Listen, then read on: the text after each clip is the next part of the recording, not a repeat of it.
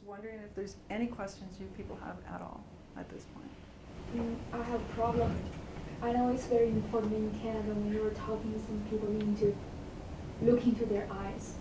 If I'm in an interview, I'm going to be very nervous.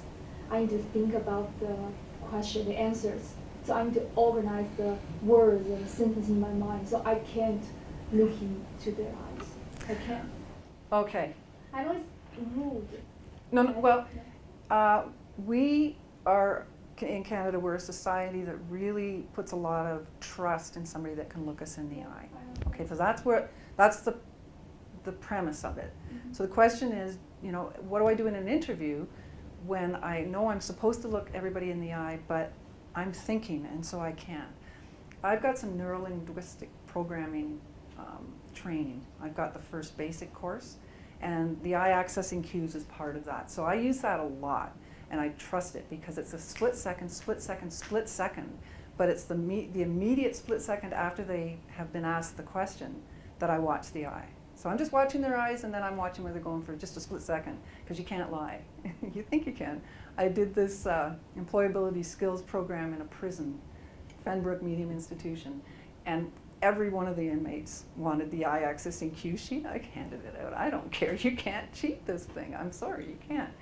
But that said, when I'm in an interview, I'm very much an eye person anyway. I'm visual, so if you're asking me the question, and this is the panel, I'm listening to you, I'm looking you in the eye, and I'm hearing what you're saying.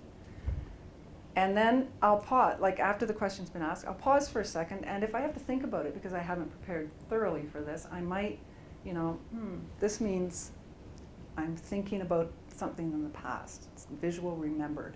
So my eyes might go up there for a bit to grab that memory, and then I can, okay, now I have the answer.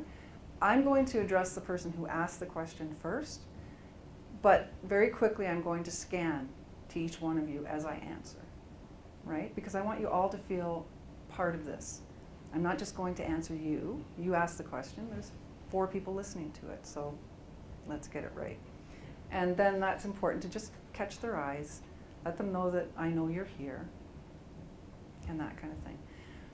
I had a student that was from Africa. I can't remember, he told me where, but I can't remember where.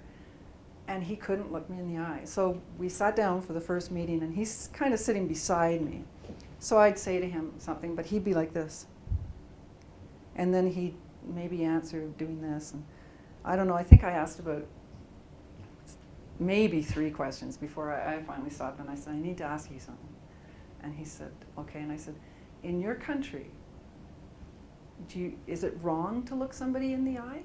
And he said, yes, it's impolite. It's not giving them respect. It's impolite. Not giving the respect. You should be submissive. And I said, well, you need to change that very quickly in Canada. Very quickly, because I said, especially around police officers, because if you're not looking them in the eye, they think you're lying to them, so be clear and look them in the eye. My supervisor actually has gotten on the professor evaluation forms back from the same class that he both makes not enough eye contact and too much. Oh. So the diversity, you can't, like, I mean, whereas Canadians are going to be looking people in the eye. Yes.